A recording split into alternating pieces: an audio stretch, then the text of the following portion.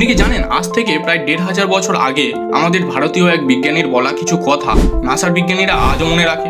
হ্যাঁ, তিনি প্রথম শূন্যের আবিষ্কার করেছিলেন। এবার নিশ্চয়ই আপনি বুঝতে পেরেছেন যে তিনি হলেন স্বয়ং আর্যভট্ট মহাশয়। শুধুমাত্র শূন্যের আবিষ্কারই নয়, তিনি তার ১০ গীতিকা বইয়েতে সময়ের পরিমাপ এবং সংখ্যাতত্ত্ব সম্পর্কে, গণিতপাত বইয়েতে পাটিগণিত, বীজগণিত এবং জ্যামিতি সম্পর্কে, কালক্রিয়াপাত বইয়েতে গ্রহ নক্ষত্রের অবস্থান সম্পর্কে এবং গোলপাত বইয়েতে মহাকাশ এবং গোলীয় জ্যামিতি সম্পর্কে গবেষণা করেছে।